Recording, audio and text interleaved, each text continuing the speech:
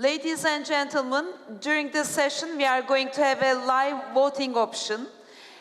Kindly access the Congress application or mobile website. According to instructions, the moderator will request the vote and we will set the questions on the main screen. And now we will continue with the opening session, distinguished guests, and I would like to invite the speakers of this session. Mr. Michael Bell, President and CEO and member of the Board of Directors, Silver Spring Network from USA. Please, Mr. Michael Bell. Welcome. And also I would like to invite Mr. Richard Lancaster, Chief Executive Officer of CLP Holdings Limited from Hong Kong. Welcome, Mr. Richard Lancaster. And I would like to invite Jean-Bernard Levy, Chairman and CEO, Electrices de France, from France. Sorry for my pronunciation, sir. Welcome. And I would like to invite Johnson Tyson, Chairman of Chief Executive Officer from Germany. Welcome. Morning. Morning. Good morning. And Mr. John Defterius is our moderator. Please welcome John again.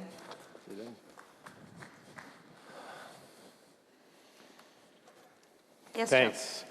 Did you want to describe this for a second? Yeah, once again, okay. Distinguished guests, during the session we are going to have a live voting option, as I said before. Please kindly access the Congress application or mobile website, and according to instructions, the moderator will request the vote. We will set the questions on main screen. Great. So thanks, Bisha, for that. Thanks again for doing it. I also see that our audience is scattered up in different places because we want to be able to ask questions during the session. So if you would like to participate in the questions, we have the ushers with different microphones.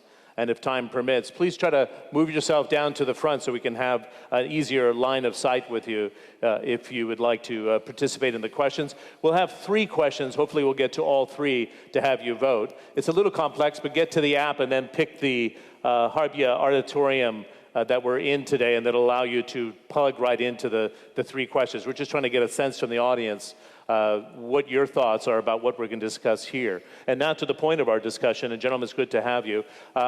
As emerging markets editor, I always suggest one of my roles is to discover new frontiers for people as investors and to attract, at least open up the landscape for foreign direct investment. But in the context of the World Energy Congress for 2016, the definition of new frontiers here is how to build the landscape for electricity in a very ever-changing landscape when it comes to technology and the connectivity between traditional fuel sources and the renewable space, which is growing rapidly, between urbanization and rural life. I'll leave it there as a taster, but we have a phenomenally good panel here to look at the new frontier landscape for electricity. I was going to ask our panelists, we have almost opening statements for the first round. I would ask you to keep those in the range of 3 to 4 minutes so we can have a very interactive debate, bring up the questions for our audience as well, and don't hesitate to challenge each other in terms of this landscape as well. What works, for example, for Richard in Asia, perhaps doesn't work for our European guests that are sitting here today. Michael joins us from California, looking at some of the technology out of Silicon Valley and how it can be applied to the different applications around the world. Why don't we start there, Michael? You've kind of laid out a scenario here about this being the inflection point for new frontiers in power generation, renewables, traditional, and joining them together. Where are we in 2016, would you suggest? Yeah, thank you. Good morning, everybody. You know, it's interesting. I like to start. I have spent the past 25 years in Silicon Valley working on some of the products hopefully you all know and love. And it's been interesting really seeing firsthand how technology can really create new industries and disrupt existing industries if they're not willing to embrace the technology and change. And my company, Silver Spring Networks, has been on the forefront of smart grid. We have been working with some of the leading utilities around the world to modernize the processes, to figure out how to integrate renewables and deal with some of the issues around energy, around climate change. And really, I think at this point, it's difficult to be a modern utility without having the technology required to really fundamentally understand, control the grid, interact with customers. So that technology has almost become a necessity if you really want to be a modern utility. An interesting kind of inflection point is happening. You can't open up a tech journal these days without hearing about the Internet of Things. It's become the new buzzword.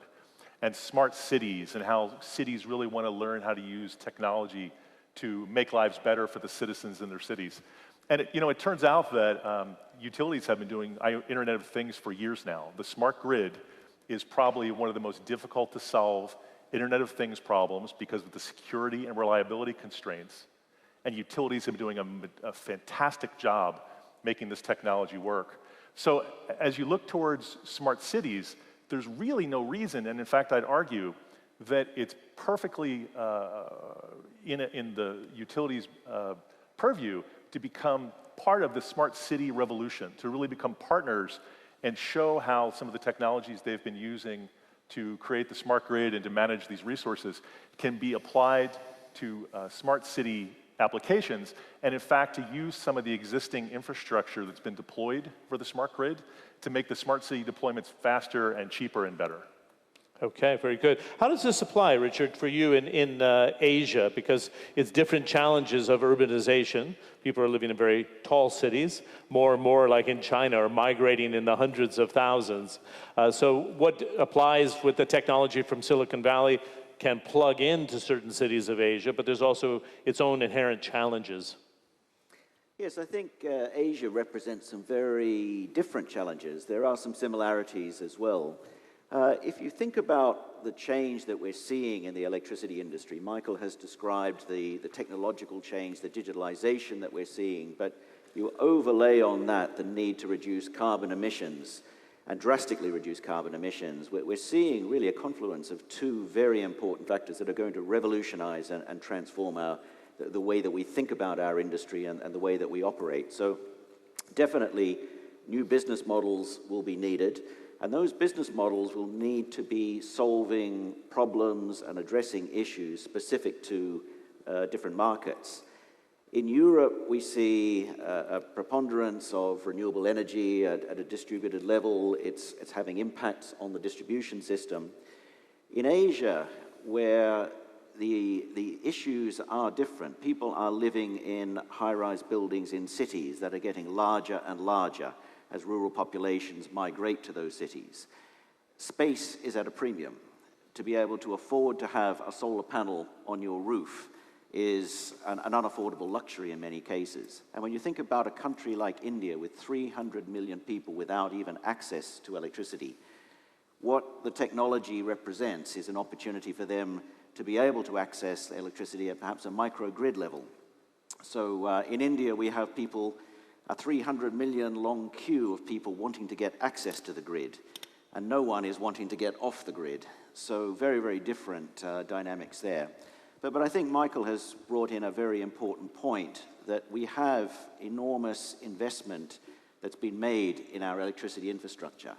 It's been there and built up over 100 years, and what we don't want to do is to be throwing that away. We want to be building on that and adding the technology and adding the new business models to the existing infrastructure that we have.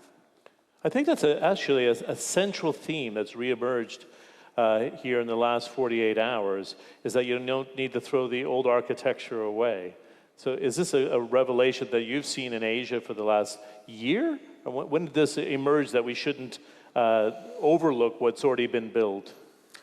In Asia, we cannot afford. We are still building that infrastructure. So making electricity accessible to parts of the population that don't have it means that we're continuing to make that investment. But if I think back a couple of years in China, we looked at our business and we saw China as a growth market where there was still strong demand for centralized electricity.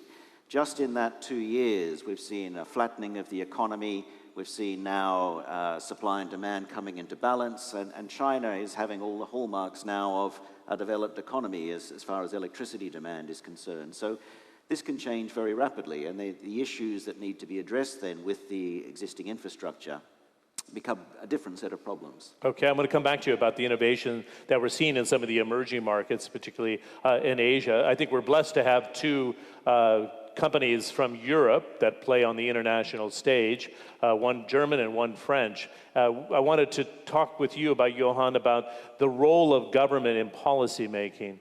Is it leading or following?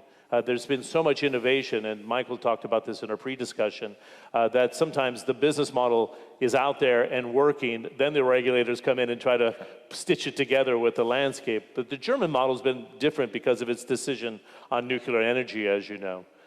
There's also the rural and city different landscape with renewables and what exists in the city centers. But let's focus first, if you don't mind, on the policy making that's coming from Berlin in this instance, and how it's changed your landscape, if you will. You can start wherever you'd like, and we can come and circle back to that as well, please. All right, I try to start wherever else, because I think politics is important, but in the end, technology and customer desires drive business models, and government can shape them and pronounce them or delay them, but in the end, it's always technology and customers that drive a change, and not really the governments. I think we are an example for fundamental change. If I look back at Deju or Montreal and should describe the company, it was an industrial conglomerate from E&P in the North Sea to nuclear, coal, TSO, DSO, whatever, distribution and then retail, widely spun. And today we're a company just focusing on what we call the new energy world, just things around the customer. Huh. The distribution, what's called distribution, I think it changes its role anyhow. All the energy efficiency, the retail, and the renewables. So we are localizing the business. And that answers a bit your question, is something disappearing? I'm not so certain that other things are disappearing, but there will be much more focus in the future. Yes, there's a coexistence of technologies, a coexistence of systems, but I think you have to choose your business models much more wisely and much more focused than in the past. And I think that is driven, obviously, by technologies, distributed technologies, be it based on renewables, but also be it based on gas or other things, or biofuels, are becoming cost efficient. Second thing, I think customer desire is underestimated. If I see, for example, in a lot of countries now, we are selling every second PV system we are selling with battery. And by the way, it's not economic. At this point, it's very difficult to calculate a business case, but it doesn't matter. Residential customers want to own their energy equation, and they just invest in it and don't calculate the last dime. It's just ownership questions. With business customers, it's different again. For them, it's cost and efficiency of their production and localization independence, shaping the CO2 question. So all of these things come together, and technology and customer desires then changes the role of the different parts of the system. We still call it the DSO system, distribution. It's from the old thinking. There's central production only, and we distribute. Today, I think, is more and more the interconnected system, the local system where energy efficiency, energy sharing happens. I think at some time it will be the internet of the energy world, and it won't any longer be the DSO, and that obviously then feeds into regulation. How to regulate such a system in the future? Is it system charge? Is it charged by usage? Or is it a flat fee? How do you cope with that? How do you redefine the role of these parts of the system? And how do you regulate that the customers, the utilities interact on that? All of these things change fundamentally. But fundamentally, the first driver is always technology. The second thing is the customer desire. Then this is being shaped by governments and regulators. And then in the end, I believe companies need to make sense of it. And we did it by saying, if I look on the traditional energy world with nuclear, fossil power stations, hydropower stations, those are placed over decades, billions and decades. They are system-based. Your friend ought to be the regulator and the government. If you are playing on the side of a customer, it should not matter if it helps the system. If the customer wants something, even if it's bad for the system, you need to be radically on their side and deploy the technologies they desire. And I think all those things change to fundamental different thinking, fundamental different business models, and fundamentally different companies. And I think nobody knows, who is winning or who is losing, and probably everybody can win and can lose on one of the end of the equations. But I think it's about bravery of taking a decision. Delaying a decision and trying to be good in everything, I think is at least a risky proposition. Okay, perfect. I want to come back to a number of the points you raised. I appreciate your clarity on that. Number one, I want to look, if I can kind of forewarn the panel, at what this customer interface is going to look like. I mean, where does the handheld device come into this idea of how to create efficiency, but also choice for them in the future, I think is an interesting point, because we need to cover the efficiency side of the equation as well. I know that, Jean-Bernard, you wanted to go last and look at the big picture from the EDF standpoint, both in France and EDF as a global player. How do you examine the landscape yourself today in this new frontier environment? Thank you. Morning. I'd like to say I'm really fascinated by what we hear these days about electricity. This is here the largest energy congress, and what we see is people that are in the oil business moving to gas, people that are in the oil and gas business moving to electricity. And we in the electricity business are moving even ahead of that into very decentralized, customer-driven, technology-driven solutions. And if I look back a week ago, I am at the largest motor car show in the world, the Paris Motor Car Show. Every 2 years, I don't know, millions of people pouring in, and what are they all interested in? The new electric cars. So I think whether you look at it from a carbon emission perspective, from air quality, or from the need of just for more efficiency, electricity today seems to be the solution, both from a consumer perspective and from corporate strategy analysis. We are quite happy at EDF that it's our core business, and we've been in it for some time. So we are going to strive towards finding even more efficient solutions, cost-wise and planet-wise, for our many clients. I believe we have today in front of us very dispersed solutions, very diversified solutions to implement. Obviously, the high rises in Asia will not deliver the same request to us as the wealthy, rural areas of Western Europe or the United States. So we need to be very flexible to understand what are these various needs. We need to be technology-driven, and we are quite proud we have our own technology teams, quite ahead of things in many respects. And I think the near future will demonstrate we are full of innovation, and once again, technology-driven innovations towards our clients. And I fully agree with what Johannes was saying. Government is key, but second to market. Okay, you finished on technology there, Jean-Bernard, and I think it'd be good to bring Michael in and just have a free wheeling conversation here. Let's go to 2026 and say, what's the customer interface going to look like when it comes to electricity? So give us a sense of what you're seeing in Silicon Valley and see if it matches up with what Jean-Bernard and Johannes and Richard are seeing in their markets now and whether they're preparing for it. Just so we can go to some blue sky thinking, if you will, Michael. Sure. Yeah, you already start to see the kind of thing you're talking about, some sort of interface for the customer to really understand their usage and become empowered to save things or to make choices. You're seeing that today already. There is technology out there that talks to the meter in the house, that gives people information about their instantaneous usage. There's technology out there now that can actually take a look at your usage and tell you, I think you have an air conditioner, or I think you have a refrigerator from the 1950s in your garage using this much power. If you shut it off, you'll save this kind of money. Huh. And it's people talk about, you hear big data and Internet of Things, and it can really be distilled down to something that's quite tangible and beneficial for that end customer. And you talked about, someone spoke about the commissions and their role in this. We see commissions like the New York where Con Ed and their regulators have this amazingly great relationship where they've put out a document talking about REV, the utility of the future, and it talks about how the customer should benefit from this and how it can encourage not only savings but choice. So this sort of usage of technology is actually happening today.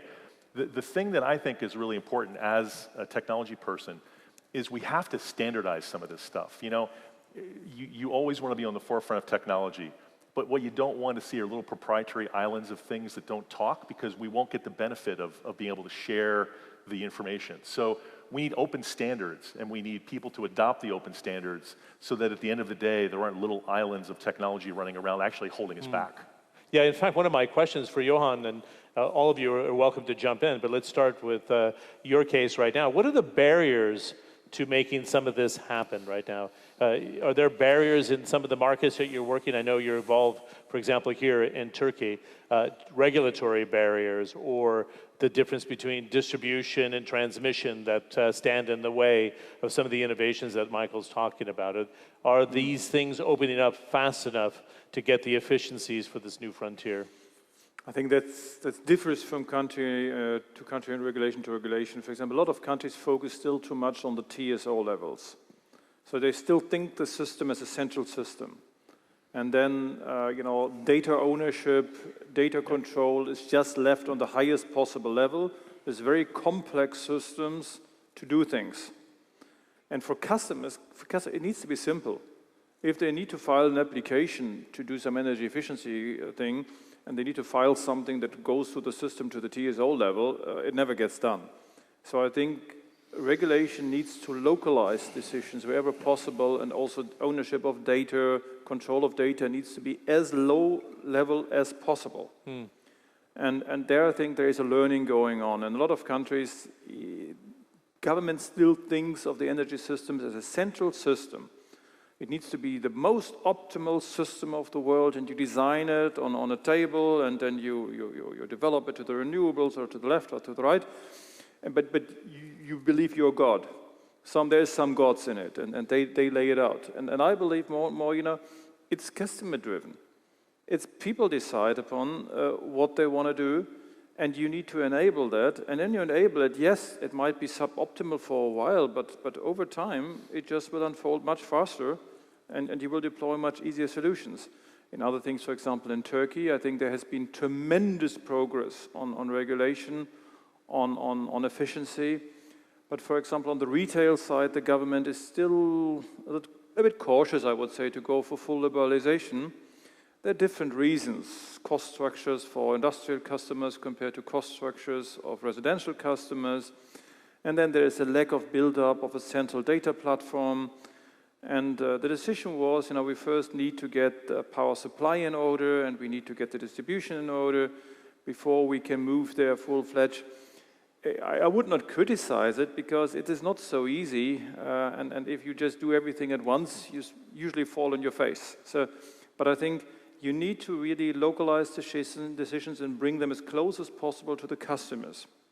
That changes the role of the state as not the great planner, but also changes the role of the utilities. We also always in the past felt as the safeguardians of a system. Tomorrow, we're not safeguarding a system, we are just doing good stuff with customers and local businesses. And either we are radically on the side of the customer, or we're radically side on the system, but we can't do both. You either defend the system or you defend your customer. And I believe you need to take a decision what side you're on. Wow, pretty profound. Richard, you want to pick up on this thought in itself? I think the word barriers suggests that there are things preventing this happening. I don't look at it that way. I think there are definitely some challenges that we are still to overcome. And Michael has touched on one, which is really having a data platform that we are comfortable with from a security point of view, that is not going to compromise the fact that the lights need to stay on 24 hours a day, 7 days a week, so energy security and our supply security has been addressed. So we haven't yet cracked that. We haven't got that platform that is enabling data for customers, for utilities, so that we can all get the benefits that can come from the smart grid technology. I see that if I look, for example, at the developments we've seen in electric cars, we're now starting to get our minds around the fact that you can sit in a car that has no driver in it and it will take you wherever you want to go.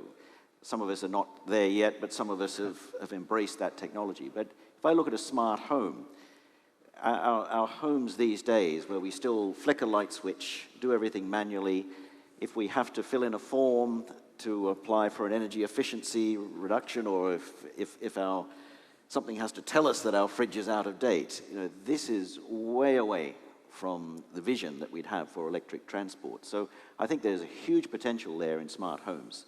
We just need to have the platform, to have the data available, to make sure that it's secure, to make sure that it's reliable, and make it available for all of these new business models and all of these new ideas to tap into. It's extraordinary because personally on the assignments, I've gone into Samsung and looked at smart homes 10 years ago. So the companies are planning for that, but delivering it to the customer has not happened yet. Before we move into some of the other issues of, for example, clean electricity, which I think is a vital issue because we know that electricity demand is growing if we look at the WEC scenarios, but we often leave out the discussion, is it clean electricity from the generation side? And I would like to get your thoughts. Jean-Bernard, what are your thoughts here about the infrastructure investment? Now, they're in different markets that you work in right now. There's always this idea, is the backbone strong enough? Is there any barriers to securing the backbone for the operations you want to put in place, not only for France, but in other markets as well? I guess we have to consider as a given that the governments and the TSO will have the backbone that's needed to make sure that we don't have a blackout sometime. So let's consider that as a given. I think it's more interesting from our perspective to try to understand more from a distribution perspective what it means to inject renewable energy, which is produced locally, and that leads to lots of very complex solutions we are working on in the smart grid. And that leads also to try to anticipate what is the right regulation regarding data, because obviously lots of this new data regulation is work in progress, and we need to understand what is the citizens' view regarding their data, what is the government's views regarding their data, what we can do with it. We have also growing huge programs for smart meters, and this will also enable us to work on huge amounts of data and see how that can feed into network optimization. So lots of things are moving. There is a variety of solutions. We are trying to work on this in a very flexible way.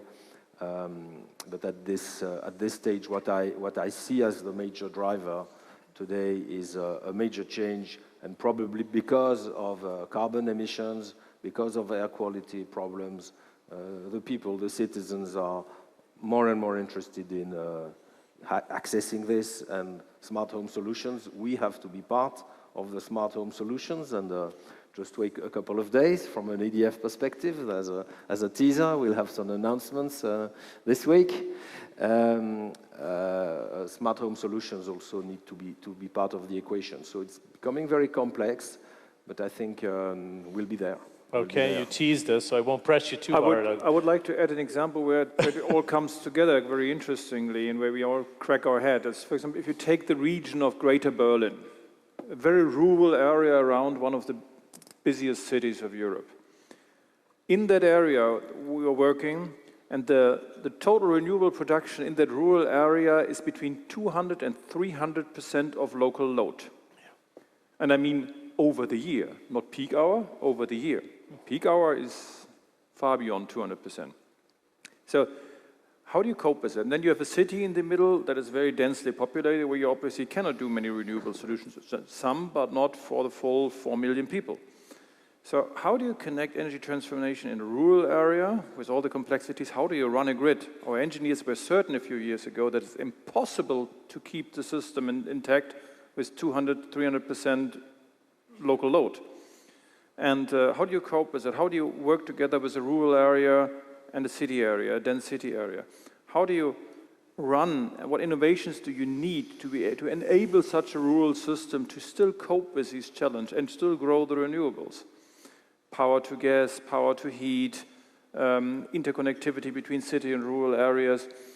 I think it's so many opportunities as well as challenges where things can totally derail, but where also you suddenly find great solutions. And I think you see more and more these test grounds. You see them in Australia. If you see Australia from the orbit, you know, it just blinks. It's like a PV on every house roof. So I think tremendous things are developing, and some are already happening in rural areas, and some are delayed in Hong Kong because, you know, it's just a different landscape.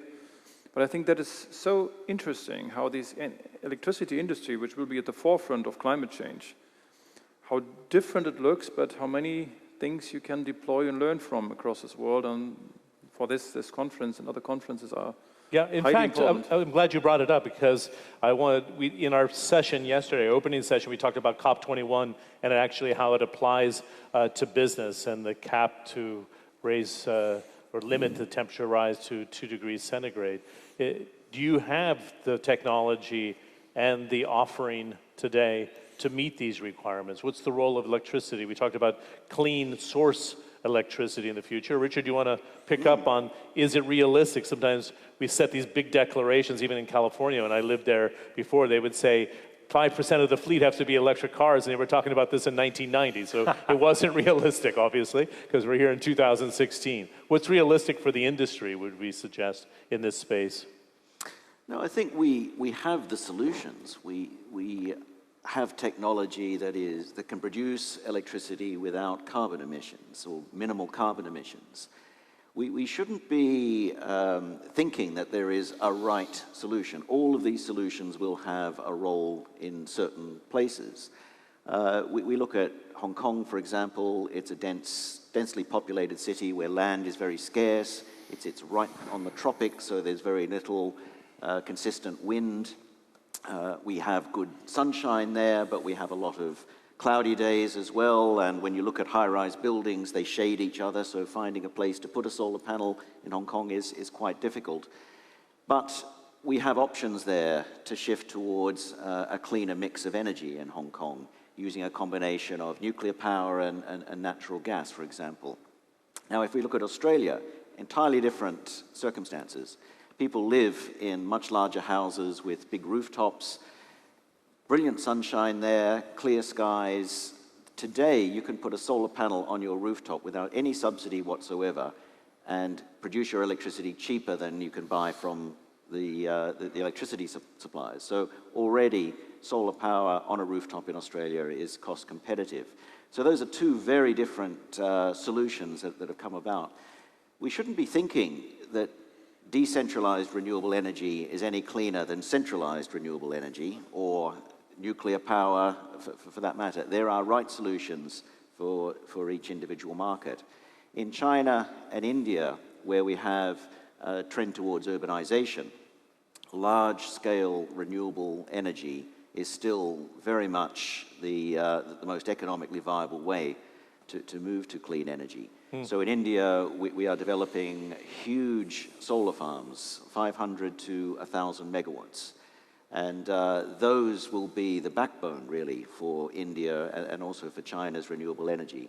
Decentralized renewable energy may find certain applications, but it's going to be harder to realize those applications. 5 years ago, we were having the discussion, and many of the developing countries like India and China were saying, don't put the burden on us. We want to be able to grow like you did over the last 3 decades to be developed economies. But the resistance has fallen. They're embracing what the future has to offer. Is it fair in the markets you're working in? I think that's right. And I think the fact that the cost of renewable energy has come down so steeply in the past few years has given emerging markets the confidence that they can make a transition to low-carbon electricity. I think the message that both China and India are communicating is that they are willing to make this transition. They have stepped up and ratified the Paris Agreement already, and both of them were very quick to do so. They are investing heavily in large-scale renewable energy, but they also have to make sure that the existing plants, they need that baseload capacity. I was in India last week, and the Minister for Energy made the point that if India was to rely solely on renewable energy without any baseload, then of course the lights would go out at night. And, that's obvious, but his point was made quite firmly. India still needs to provide cheap power to support the growing demand for electricity from 300 million people that don't have access to it today. Okay, I'm going to test run the questions. We don't know how many people have logged on through their mobile phones talking about connectivity here. If we can put question number 1 up on the screen, and you can pull out your mobile phones and vote with us, that would be terrific. Let's give it a run. This is the first time for the WEC in 2016. So demand for electricity is expected to double by 2060 with investment required, and this is an extraordinary number, $35 to $43 trillion. Solar and wind energy now makes up 4% of power generation. By 2060, what will they represent? Wind and solar power. 20% by 2060, 40% by that time frame, or 50% by 2060. Go ahead and vote now if you can. I see people have their devices out. We'll see what we get for a tally. And then I'm going to bounce this off our panel of experts here to see if it's realistic. And I don't know how fast we'll get the results. When do we close the voting here? It's already there. There we go. Perfect. Excellent. So we have 40% being the most dominant play here. We're not going to get to 50% by 2060, but those who are suggesting we could get to about a third by 2060. Thanks a lot for voting, and I appreciate the technology is actually working in a big way. Is 55% realistic, right? By 2060, what percentage of personal transport systems will be generated by electricity? By 2060, what percentage of personal transport systems will be generated by electricity? Is it 25%, 35%, over 50%? Now, this is the great holy grail, is it not? Because right now we just are starting to get into the game of electronic transport when it comes to vehicles. I hope this is limited to things that don't fly. You're thinking of the Jetsons. So we can go back to the 1970s. Then you rather stay at home then, right? Exactly. Okay, this screen, I'm not sure if you guys can see, if you can't see it, but we're highly divided here. It's about a 33% right across the board, a third, and third. Yeah, then it's right. Then it's right. What do we see in Asia in terms of innovations, Richard, when it comes to transport? Well, we're definitely seeing strong policy support for electric vehicles in Asia. You have countries where the per capita car ownership is very low, and if all of those people were to catch up with the developed world, then we would just have an unmanageable problem from both an air pollution point of view and also a carbon emissions point of view. So when you look at car ownership, you look at the strong policy support, and you look at the rapid development in electric vehicles, I think there is a strong case to say that it will have a much higher percentage, and it will continue to grow over the time. And if you reflect back to the turn of last century, around 1900, there were more electric and hybrid vehicles on the road than there were petrol vehicles. So we have already had one energy change in our transport fleet. It was the development of long distances that really put paid to electric vehicles. So I don't think electric vehicles will completely replace petrol or diesel vehicles, but definitely they will take up a bigger share. Jean-Bernard, I'd just like to say I believe it's very difficult to have any view on this because, as I said, first because of the question mark on storage, and secondly because when we build a power generation unit, we know it's going to be there and amortized. It's going to be there for 20 years or maybe 60 or 80 years. But the lifetime of a car, what is it, 10 years, 12 years? maximum, basically, yeah. A fraction of cars will live more than 12 years. So when we have 4 cycles of cars in front of us, what is the car system going to be in 2060 because all this will have been renewed maybe 3-4 times. I think it's very difficult to say. We may have much more changes, in my view, in this field than in the power generation area. Good. It seems almost very crude, the system now for charging automobiles, at least when I was living in London, because people didn't have garages, so you were sharing the plug-ins and having the plugs crossing the crosswalks still. That's what they're faced with in the West London area. What have we seen in Silicon Valley when it comes, you talked about the battery storage and the sophistication, but do we have daylight on the next generation of filling stations and much more practical use for electric vehicles in your view? Well, I certainly think there's a lot of work going on in that area. I mean, we have the same problem you see. You know, at work we have probably 20 charging spaces, and you know, we've seen people who have figured out how to turn one charger into 3. So we have these hydras coming out, and but I tell you, you know, it's the great thing about electric cars. I think we're at the beginning. But you know, other technologies, it's sometimes the best technologies for the planet or the environment have a trade-off. Electric cars, I mean, for car enthusiasts, I mean, those electric motors, they give you torque, they give you performance.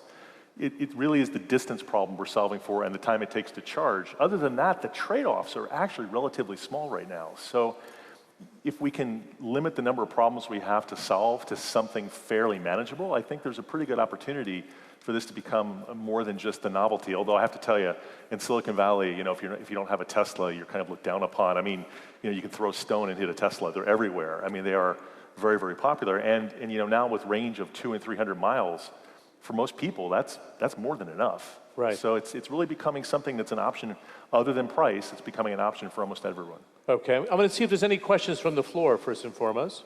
Okay, we have a microphone here to the front row. Yeah, hi, my name is Andreas Spies from Solar Kiosk in Germany. My question goes directly to Mr. Tyson and Mr. Levy, because we're talking about innovative business models. So I am wondering, what, in your opinion, are the most innovative business models for those 1.5 billion people who currently do not have access to electricity at all? So a grid is not an option for them. Are you engaged in any projects, and where do you see the future there? Thank you very much. Glad you brought it up. It's an excellent point. Johan, do you want to start? Because this keeps on coming up during every conversation here. Power scarcity is at highest in Africa and parts of Asia, obviously. And I think there in the past, I also remember the Congress we had in Rome, and people were still speculating, example for Africa, that we should build huge hydro dams in Angola. I understand there is a surplus of water there. And then we just need to build huge power lines across the continent and distribute that power to everywhere. I think it's a totally outdated model. I think the solution will very likely be solar and off-grid solutions or local grid, small grid solutions. We're doing some supply there, some support in Tanzania, where we are just, you know, replacing diesel. And it is very easy to compete with diesel, and it's much more efficient. So I believe solar will play a decisive role on those rural areas that have the highest scarcity. But probably, again, it might be different from place to place. It depends on climate, depends on availability of other things. Could be LNG in other places and gas base where you have better access to shore. So my bet would be solar, the lion's share, and a variety of other solutions that is locally more adaptable. I think the question was a little bit more pointed, and I'll push it in that direction. Are you looking at it, though? Many are saying you obviously have to be a profitable company, but at the same time we have a civil duty to start thinking that 1 billion people around the world don't have access to electricity. Are you looking for solutions? Are you going into these pockets of Africa, both to you and Jean-Bernard, but Johan? Admittedly, in a very restricted way. We have a special fund where we do some things, and there, as I said, we do something in Tanzania and neighboring countries with very few examples just to test and show that it works. But I could not claim that we in a meaningful way are engaged, no. Good. And that's because it just doesn't make business sense yet, is what you're suggesting? It is just, I'm not even thinking it up. It is just, we are sufficiently employed presently with the challenges we have in our home turf between Stockholm and Istanbul. Right. So in America with the renewables. So it didn't come across to us immediately, should we run that? If what we would think if it comes to economics is secondary. It is just management attention is fully consumed by the challenges we are focusing with. Okay, Jean-Bernard? May I say I feel a bit more engaged than my friend Johannes. We believe, well, there is for Africa a case for foundation-type solutions, which we have a foundation and we work on this. But I also believe that there are good cases with patience and good regulation from all kinds of perspective. There are good cases for business-driven solutions. I believe, obviously, some of them are solar-based, but I would like to add that it is far from true to believe that all that 1.2 billion people in Africa or around the world that don't have access to electricity are only in rural areas. It is also very true in major cities that people do not have access to electricity. And for these, solar is not the solution because there is no space. So we need to find the right mix where we will implement solar-based decentralized solutions and also some centralized approach. And from that perspective, there is such a huge untapped hydro potential in Africa that really one must do something about it. So we are working on a couple of projects for Africa in that respect because we believe there is also a need for the traditional approach as a complement to the rural-based solar solution. Yeah, we often talk about the potential of Africa, and then we recall, and I've done stories on this, where we have 30 to 40% of the agriculture actually grown in Africa that never makes it to the market because of the lack of infrastructure and refrigeration, and electricity is obviously part of that equation. We have another question from the floor, please. Thanks very much. Good morning. My name is James Carton from the Future Energy Leader Programme. I have a question actually just general to the panel.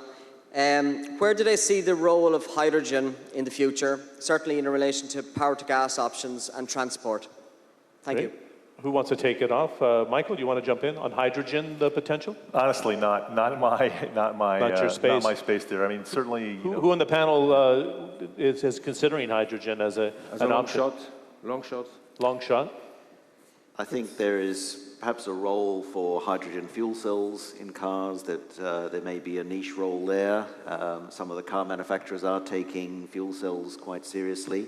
But I think for the power generation side, it's, yes, I think there's perhaps a way to describe it, it's a long shot. Good. Johannes? I think hydrogen obviously has the advantage of the density, and that it doesn't have this weight problem that batteries bring along to the transport. But it has the negative that you have to build up a full additional infrastructure. And I don't know, I would not rule out, but I lack conviction that it will be so superior that an additional infrastructure will be built. So I think power is likely, because power is available, not for the 2 billion we talked about, but in a lot of areas that can afford mobility in any case, power is available, power infrastructure is available, power is getting more and more carbon clean. So I'm lacking the conviction that hydrogen will break through. If it's true, maybe in lorries or in buses, so very central systems where with a restricted infrastructure you can run the hydrogen system, could be the case. But a full rollout of hydrogen stations across big countries, I'm skeptical. You're skeptical. Okay, let's see if we can take a final question. We have 2 questions and then we'll call it a day. Let's go there. And then if we can get a microphone to this gentleman in the 3rd row as well, please. Hi, good morning. Tabaré Arroyo, Director of Sustainable Energy for WWF Latin America and the Caribbean. And I have a very specific question. What lessons behind the E.ON split of fossil fuel and renewable energy operations? What can utilities around the world learn from that? And is that exactly an example of business innovation? Thank you. I didn't quite get that. I'm really sorry. Yeah, admitted. Yeah, What lessons behind the E.ON split of fossil fuel and renewable energy operations? The convergence of the two, or? Yeah, I think. Perfect. Go ahead, Jean. Again, help me. I didn't fully get the What are question. the lessons that we've learned now with, if I've understood it, the introduction of fossil fuels and renewables and bringing those two together in convergence? In fact, at the last World Energy Conference, we didn't discuss this convergence. Is it happening? Obviously, asking me the question is difficult because we just broke the company apart between the conventional, including the fossil fleet, and the renewable and the distributed generation. I agree that they will coexist likely for decades to come. I'm not saying that fossil will run out. I doubt that very much.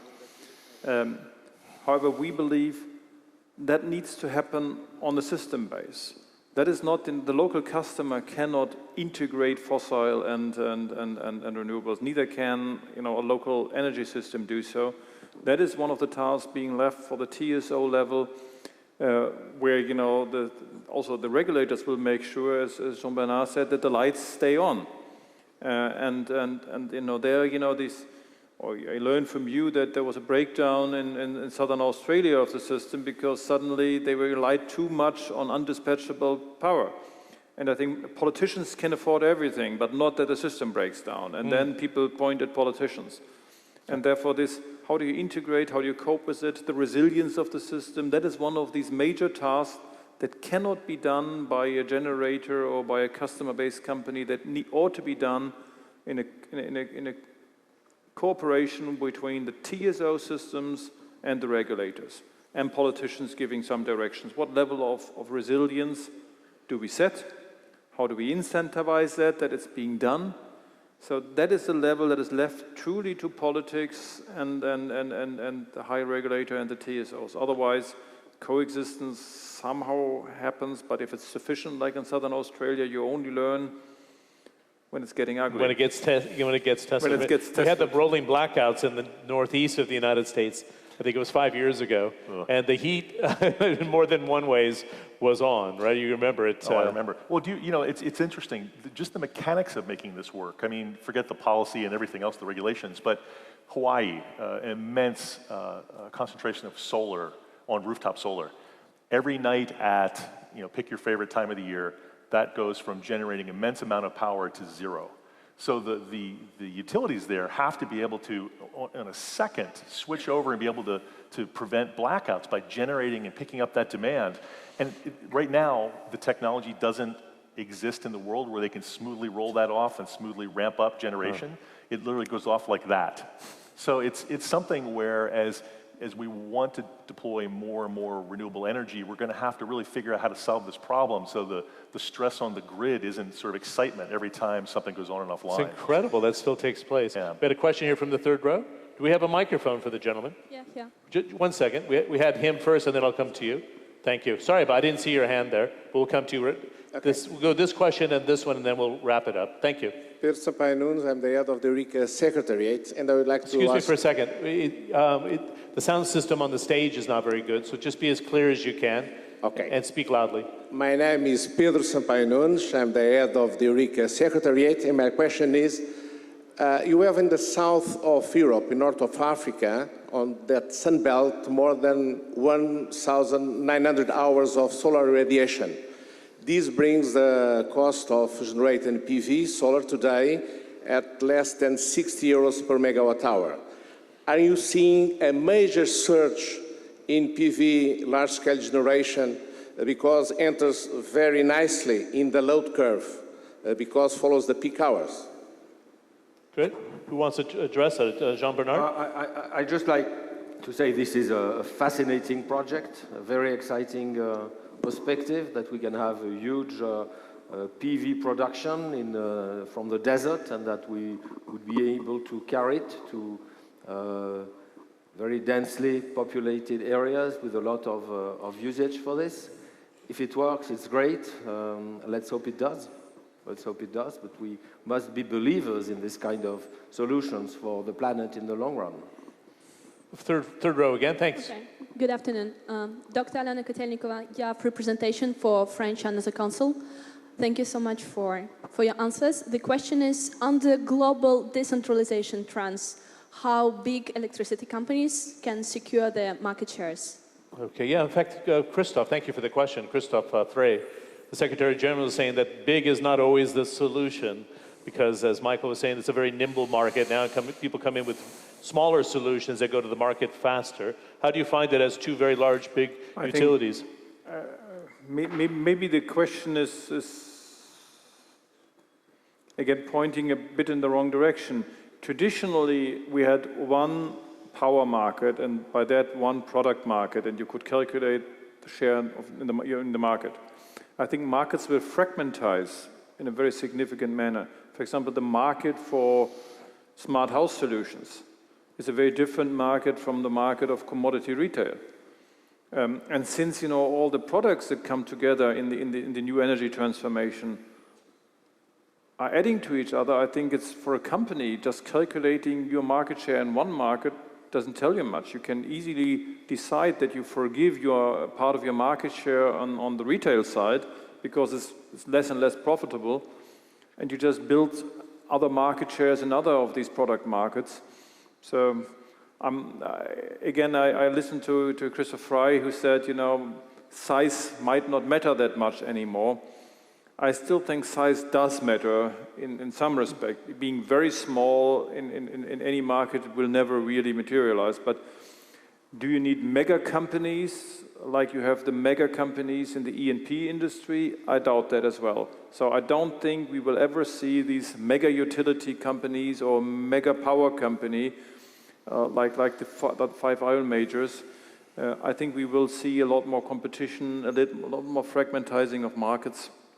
And then you need to find your space and your size that is adaptable to your company. Great. John Bernard, you want to finish up on this? No, I think that you covered it well. Good, Richard, thanks. Just to say a final comment, just to supplement, I think there is a role there for the large companies that you have to think about the delivery of the product. When you're keeping the lights on, you still need the electrons to flow through a light bulb. And the delivery of that product will still be, it's becoming more complex, and it will still need the scale in order to manage the complexity of a large system. But when you think about the services that go along with that, I think there is much more room there for the small companies as well as the big companies. If the big companies can become more agile and provide good quality services that can compete, I think there will be a very interesting, very exciting playing field there. Yeah, but there's also the opportunity, I would imagine, both for E.ON and EDF. You're not bashful about doing a joint venture with a small company that comes with an innovation. I would think it's your case as well, right? You're not going to kick them out the door. Right. You need to partner. In the new energy world, it's all about platforms, and you never own your platform.